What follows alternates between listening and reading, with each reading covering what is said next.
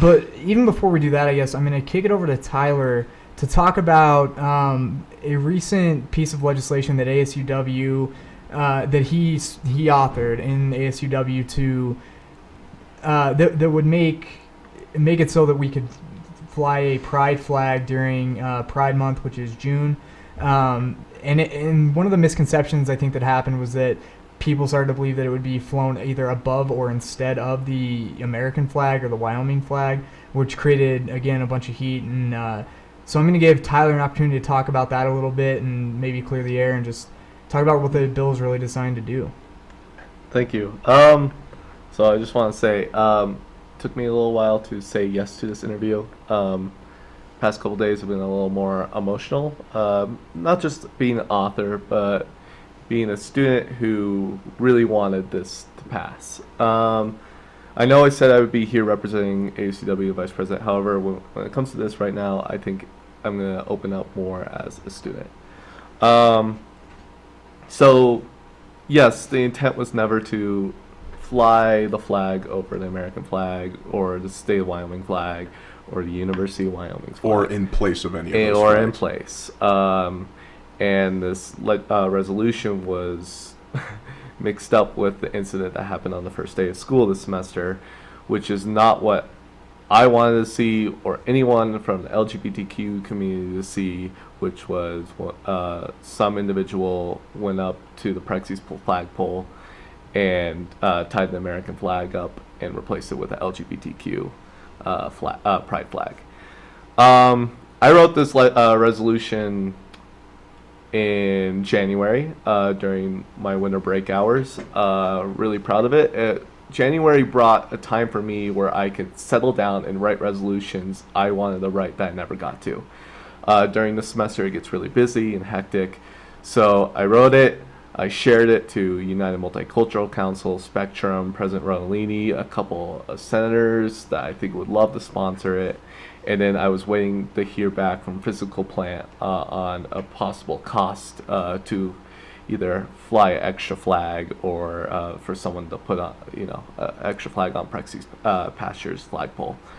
And since that incident, I did not submit it because I wanted to, stretch it away from being connected to that, because it was very ironic that I had this resolution in hand and that incident happened. When I heard about it, I was like, what? So waited a month, and I was just like, let's submit it. I didn't know the consequences. I thought it kind of died out. It didn't. Some media outlets picked it up, kind of falsely representing what the resolution was written.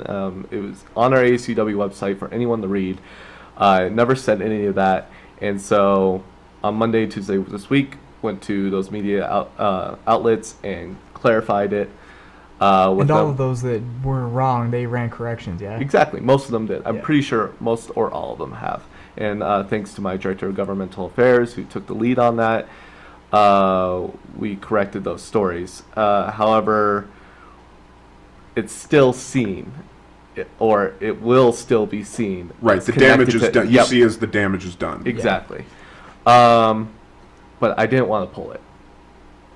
I understood the significance of pulling it, but I didn't want to pull it because I feel like as an LGBTQ member, I would be backing down. As anyone doesn't know, I came out a couple months ago as being bisexual. And I feel like this position at ASUW has really helped me come out in the process. And being in a leadership role, I felt like that was something I could do and I should do. So I've been really happy with this position because it's really helped me open up. Anywho, back onto it. We had first reading at Senate on Tuesday. Went good. We had some students come and show that they were against it, and we had some students who were there for it who didn't speak. And I think that's an important note to take.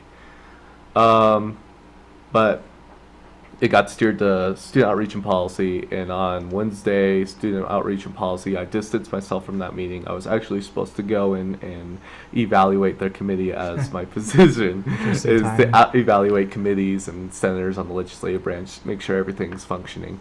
Student outreach and policy, from what I heard, from when I wasn't there,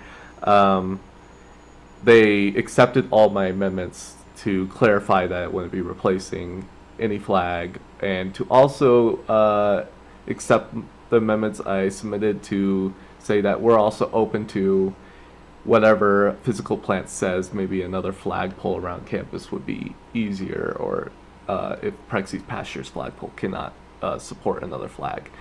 We're totally game for that.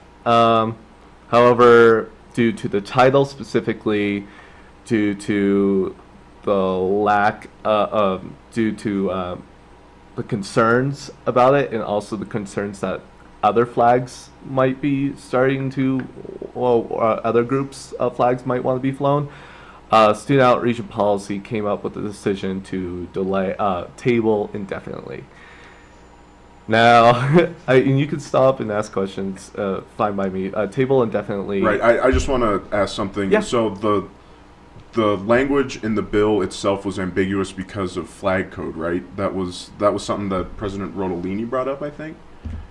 In his statement, which was released Wednesday after Student Outreach and Policy's decision, President Rodolini said that the language was amended in SOP to include those amendments I suggested, which would say, it would conform to U.S. flag code. It wouldn't be overstepping that at all. Okay. Not the intent of the bill, resolution. So kicking it back to where the bill sits right now, you said it was tabled indefinitely. So if I understand that right, it's kind of a term of art within ASUW that is essentially killing the bill, if I'm not mistaken. Yes. Okay. However, Student Outreach and Policy says they released a survey on the UYO Guide app, and they're waiting for data from students. Just and like an opinion poll on whether or not people are okay with it? Yep, or there's a couple questions like, where do you think the flag should go? Do you support this? Do you not? Kind of like a rating scale 1 through 10. And then if they feel like the committee should come back to it, they will revive it basically. And only Student Outreach and Policy that has control of it right now. However, table indefinitely in ASUW in the past, the past few legislations that have been tabled indefinitely have been the result of killing or defeating the bill. So, I was shocked. I feel like if Student Outreach and Policy wanted to table this, they would have actually tabled it and released a survey. However, they're using the term table indefinitely comes off as killing it, which comes out really harshly as author to those who were in support of this resolution, to not let it go to debate at Senate or not even to reach out. And that is what frustrates me the most. And it's not particularly common for a committee to table something indefinitely, right? Like that usually happens on the floor, committee of the whole kind of thing. We only have one other, I do believe it was a resolution that was tabled indefinitely. No, it was a bill that was tabled indefinitely this year. But yeah, it doesn't happen often. Usually they table it over a few weeks to get student input. That's what SOP does. But I believe this is a mistake. I believe that the senators, freshman senators that voted for this, didn't really know what it meant, or maybe some of them did. And it upsets me that none of them outreached and did their job to talk to either the sponsors of this bill or the general student population itself. I guess kind of with that, do you have an idea of how effective outreach is? Because, I mean, occasionally we see people sitting in the union, tabling for ASUW, things like that. But like the YO Guide app, I don't have it on my phone. Yeah, neither do I. Yeah, me neither.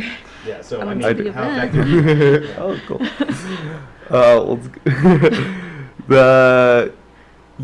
It's I think it's important. I think if we're not outreaching, what are we doing as a student body? We literally lobbied to the Senate these past few weeks. I mean, if the Senate didn't listen to us, what are they doing? So we want to be representing the students as much as possible. It's a tricky situation to put put a survey out for this, because do you want to put on the Facebook where it could be shared from groups that are against or support of it with their friends, or do you want to put it on the UIL Guide app, which SOP seems that only students can access, however, anyone can download the app and take the survey. And honestly, it comes off as advertisement for UIL Guide. And as much as I am a supporter of the guidebook app, I don't think this is the right context to use it in. Yeah, a guidebook doesn't seem like a survey. Right. Proper implementation for a survey. Right. Yeah, and I've got like a two questions. But so like the first one is, are there other universities across the U.S. that have flown the pride flag? Do you know of that? I can't name off some universities right now, but there's some universities that fly Black Lives Matter flag, fly several different other flags for different communities.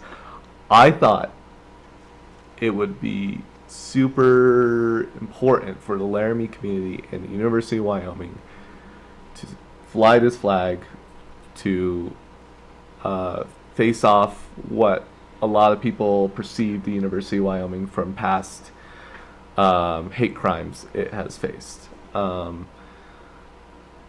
To show that we have progressed where we are right now, to show that we have resources on campus. We have the Rainbow Resource Center that are in buildings, but I think it shows a sense of hope and inclusion that I think the University of Wyoming should frame itself around. And it's not distinct from anyone. It's not LGBTQIAA, IAA, and plus, allies. We people who support and don't discriminate against their gender or sexuality differences. And I'm not saying the LGBTQ community is all around, because we also have to be supportive of other marginalized and underrepresented groups. But this is a start, and ASUW could set a precedence that if we could fly this flag, then maybe if any other group that's marginalized or underrepresented on campus can go through the same process through ASUW Senate.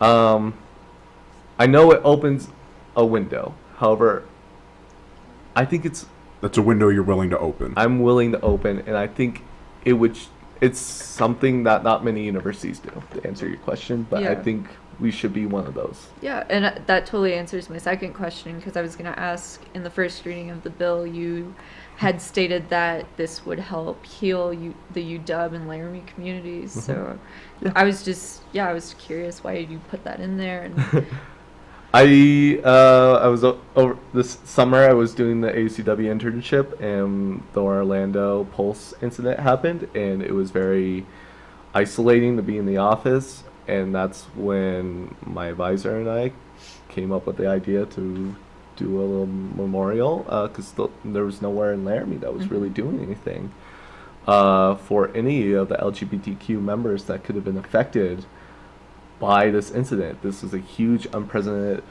hate crime that happened over the summer, unlike the likes that I have ever seen. So it was good to say something or do something about it, and this is where it all started in a sense. So yeah, I think to show not just UW, but the Laramie community that we're here to include everyone. yeah, so this really has been an 8-month process then. Yes, if it was 8 months ago, sounds 8, about right. 9 months ago. 8, 9 months, yeah. Doing quick math. So, Well, interestingly, I jumped on the old internet machine while you were talking about how many other schools might fly Please those sound flags. more like a Wyoming resident. Internet machine. I'm trying to reach a very specific audience. So, Okay. Dad, if you're watching, I figured out how to turn on your computer. Good for you. I'm here. Hi. But I looked it up, and then literally the first thing that came up was an article about the University of Massachusetts no longer flying an American flag, instead flying a pride flag, which is back to your point about like once people see that, it can completely alter their conceptualization of what's happening. So if we're done asking questions, I think I'd like to get some.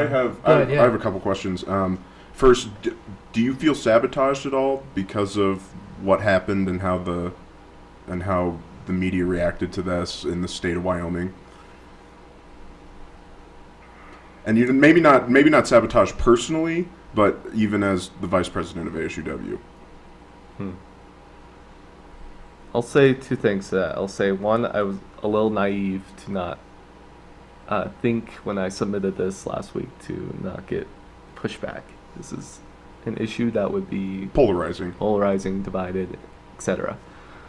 But I do feel like the rhetoric, or kind of not rhetoric, but the false reporting, the dichotomy of all of it, sabotaged the resolution itself. I take a lot of personal attacks, and I make jokes and make the lighten the mood. However, I feel more for this resolution I submitted and what it meant to those who would really want to see it happen. And I think if there's anybody that understands putting your name on something and have it being attacked for it, it's a room full of journalists. So definitely understand how that feels. I mean, we talked yesterday. I never wanted, and I'll say it, I didn't want to have public. I didn't want to comment on anything. I talked off the record with you because I talked to so many media sources, or there were so many other media sources reporting about this. I needed to get my thoughts straight. Sure. It's not like, and you can go and do your research about this however you want, and that's what I want. I want people to talk about this. I want Senate to talk about this issue. And for it to die and not be talked about until we get survey results that could be skewed or are not, it's a popularity contest, that survey, personally. So right. And my follow-up question, you touched on it a little bit. What would you do differently if you could go back to January and know what you know? What would you do differently? I would camp outside of Prexy's, first day of school, see who it was. I mean, what would I do differently? I mean, I like that answer. That's a great answer. I would maybe tune it back to next week and added those amendments before it, clarify it more. I was naive in the sense that I thought the timing between those events was distance. Right. So I didn't really update my resolution to address what students perceived it as. So. All right, I actually have one more question, and then we'll move on to some reaction and things like that. When we talked a little bit earlier about SOP and tabling it indefinitely, and you talked about that's not technically killing it, but that's a kind of a term of art that ASUW uses to effectively do that. Yeah. Do you think that they did so knowing that that's what it was going to effectively do, or do you think that maybe that was potentially some form of miscommunication? Miscommunication and unaware of the consequences of what that meant. Okay. I think they knew. So you think they knew what it would do, but didn't understand the consequences? Some of them might have not been available to speak up. I don't know. I wasn't in that meeting until the last 5 minutes when they invited me to tell me what their decision was. So I can't speak on what they personally talked about. Okay. But I don't think they knew what this meant at the end of the day. And if I could say one more thing before we end this. Yeah, sure. I think action needs to be taken is to, if SOP is going to just do this as their outreach for a survey, then I would ask the students who are passionate, or even maybe not passionate about this resolution, either way, to reach out to their senators, ASUW, email to the SOP committee on Wednesdays at 1, or go to Senate and talk in open forum. I have a hard time as the vice president keeping at a kind of not to express my views at Senate, and I live strongly by that, because I'm just there to make sure everything moves along, but not to stop someone from speaking what they think they should speak. They have the vote. They have the voting rights. So, yeah, I would just say I ask students and I ask those who are passionate to come out and speak to their fellow ASUW senators about this. Great. So now that we're done interrogating Tyler, I'm interested to hear some reactions about just this issue in general from some of the other people at the table. I myself won't be commenting. I will be writing the story either this week or whenever it comes. So I'm going to keep out of this in the sense that I'm not going to take an opinion or anything until I've heard all the information and talked to the other people. That's what makes for an objective news story, one would hope. So, does anybody have anything they want to say about the issue just in general? Go ahead, Kip. Yeah, I guess I'm not like a big supporter of flying other flags on the pole, and it has nothing to do with the pride flag. And so I totally understand where people are coming from. Like, you know, the American flag is supposed to be, you know, you're not supposed to fly other flags above it. But also, especially at a school, I don't think that thing should be politicized, and you automatically invite politicization. So I guess I'm not supporting it because of that, but I definitely disagree with the people on campus who are like, no, we shouldn't fly because, you know, university shouldn't support this sort of thing. And, you know, you definitely hear that at the university, and it's foolish to pretend like there isn't, you know, discrimination against the LGBTQ community. So. That's exactly what I was going to say. I was going to say, as long as you guys are ready, as you termed, open up that window for other student groups, like if a pro-life group wanted to come to ASUW and say, we want to fly our flag, then you guys would have to be able to willing to listen to that. And since you are, I think that if you want to move forward with this, then that's totally your guys' prerogative, and I would fully support that. But as long as you guys know and you're fully aware of what kind of all this means as far as opening up for other groups to have their voice on the flagpole or whatever it may be, then yeah, you guys are totally ahead of it in that sense. And I'm going to take a different stance. But I think the flag should totally be flown. Like, I'm going to be straight up, but it's during June. How many students are on campus at June? Like, I mean, they can go by the age-old adage, out of sight, out of mind. But personally, for me, I think having the pride flag flown on this campus, I think it would be a great stance.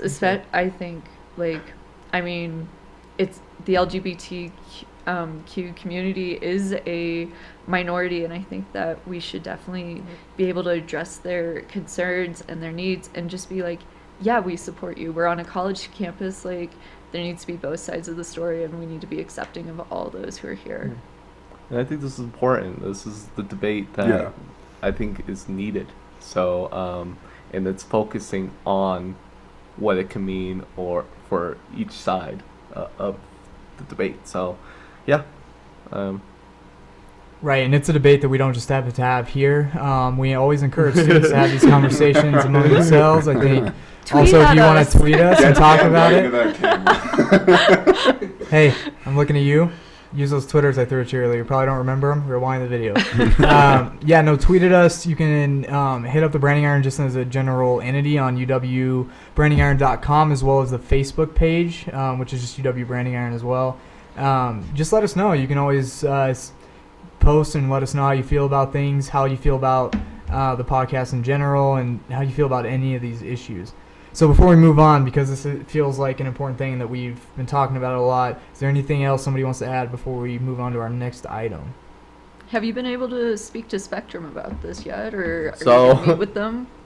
Yeah, I plan on meeting with Spectrum because they are a sponsor on it. Just to clear the air, who is Spectrum? Spectrum is the LGBTQ IAA plus RSO on campus. Okay. Funny thing, they meet same time ASUW meets, so it's hard for me It's hard to to connect. go. So I talked through their head, which is Cole Carpenter. Cole, don't I do believe that's your last name. I Yes. apologize. Yes. Okay, cool. Thank you. But I see him all the time in the union or off campus, and we talk on Facebook, and just I've been giving him updates, so we'll be talking about it. And then I've been talking to Taylor Albert, who's been the head of United Multicultural Council, who was also for this legislation. So I'm sure they will have something to do in the next couple of weeks, but again, I don't want to be, I'm not controlling that. I'm distancing myself in a sense that it's been really hard to put my thoughts in it. So I'm distancing myself in a way that, not from talking about it, but from writing more or not doing my duties as the vice president at these next upcoming meetings. So Great, yeah, and like I said, definitely get on the social media and let us know how you feel about all that.